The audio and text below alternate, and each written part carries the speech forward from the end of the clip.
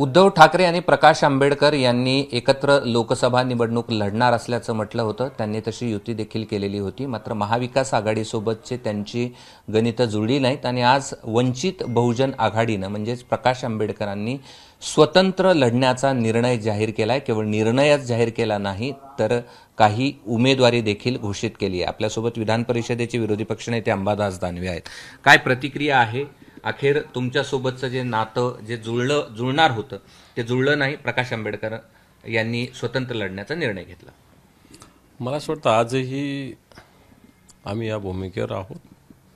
सातत्यानं माननीय बाळासाहेब आंबेडकर म्हणजे प्रकाशजी आंबेडकर यांचा जो पक्ष आहे वंचित बहुजन, मग ते या पक्षाची एक महाविकास आघाडीचं अलायन्स असावं, एकत्रितरित्या आपण सामोरं जावं. कारण भारतीय जनता पार्टीला सामोरं जाताना भारतीय जनता पार्टी ज्या पद्धतीनं लोकशाहीलाच ज्या पद्धतीनं नाकारत आहे, हुकुमशाही निर्माण करण्याच्या दिशेनं जशी पुतीनची जशी निवडणूक होती तशी निवडणूक होती का, अशा प्रकारची स्थिती निर्माण होते. आणि मला वाटतं त्याच्यासाठी एक प्रकाशजी आंबेडकर एक संवेदनशील नेतृत्व आहे आपल्या महाराष्ट्रातलं, देशातलं. निश्चित याविषयी विचार करेल आणि महाविकास आघाडीसोबत राहील अशा प्रकारची भूमिका आजही आमची आहे. परंतु आता कळतंय की त्यांनी काही उमेदवारांची यादी जाहीर झाली, परंतु असं काही नाही की सगळी चर्चेची दारं बंद झालेली आहेत.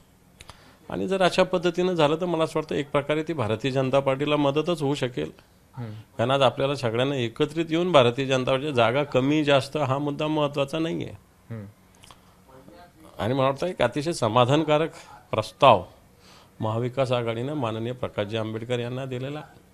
आणि त्यांनी सातत्यानं डॉक्टर बाबासाहेब आंबेडकरांनी जी लिहिलेली घटना आहे ही घटनाच तोडू पाहणारी एक भारतीय जनता पार्टीची एक जी शक्ती या देशामध्ये निर्माण झाली, म्हणतो तिला विरोध करण्यासाठी आपण सगळ्यांनी एकत्र राहायला पाहिजे होतं. परंतु आज त्यांची काही यादी जास्तीत जास्त उमेदवाराची जाहीर होती, याचा अर्थ त्यांना हे करायचंच नव्हतं की काय, आणि महाविकास आघाडीला झुलवत ठेवायचं होतं की काय, अशा सुद्धा प्रकारचा प्रश्न मनात निर्माण होऊ शकतो.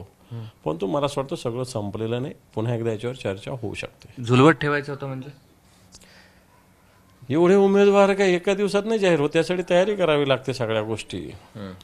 याचाच अर्थ तुमची यादी आधीच तयार होती की काय, आपण भारतीय जनता पार्टीला मदत करण्याचा तर प्रयत्न करत नाही की ना, अशा प्रकारचा विचार होण्याची आवश्यकता असं मला वाटतं. म्हणजे हे सगळं भारतीय जनता पक्षाकडून केलं जात होतं प्रकाश आंबेडकरांच्या मार्फत.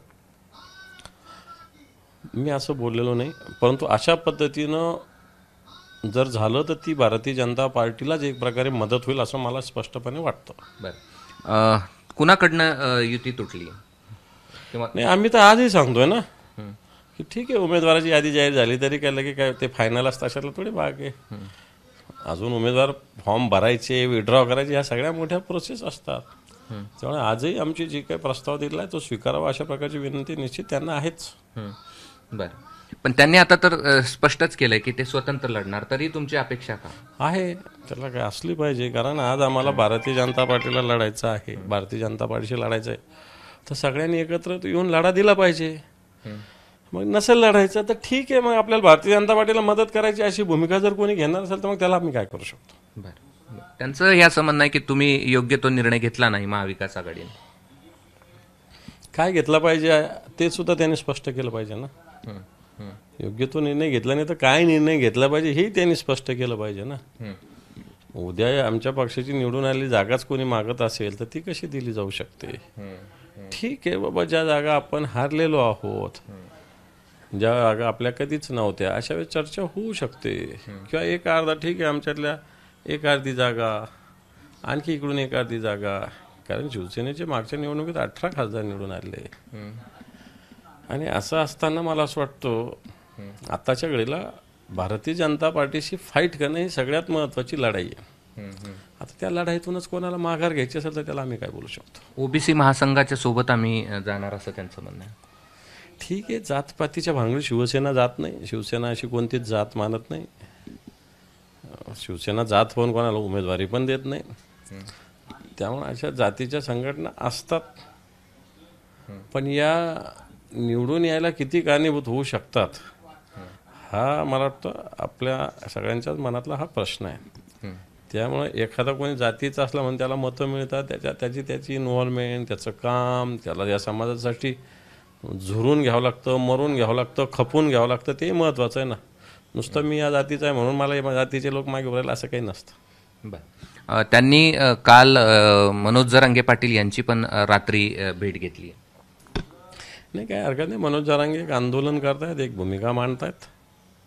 भेट त्यांची घेणं, कोणी काय वावगं थोडी सगळे भेटू शकतात. त्यामुळे त्यात फार काही त्याला राजकीय वास येऊ दे नाही असं मला वाटतं. ठीक आहे, धन्यवाद. हे होते अंबादास दानवे आणि वंचित बहुजन आघाडीनं वेगळा लढण्याचा निर्णय घेतल्यानंतर त्यांची ही प्रतिक्रिया होती.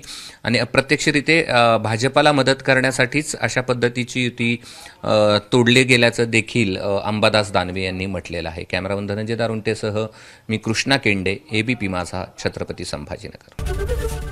एबीपी माझा, उघडा डोळे बघा नीट.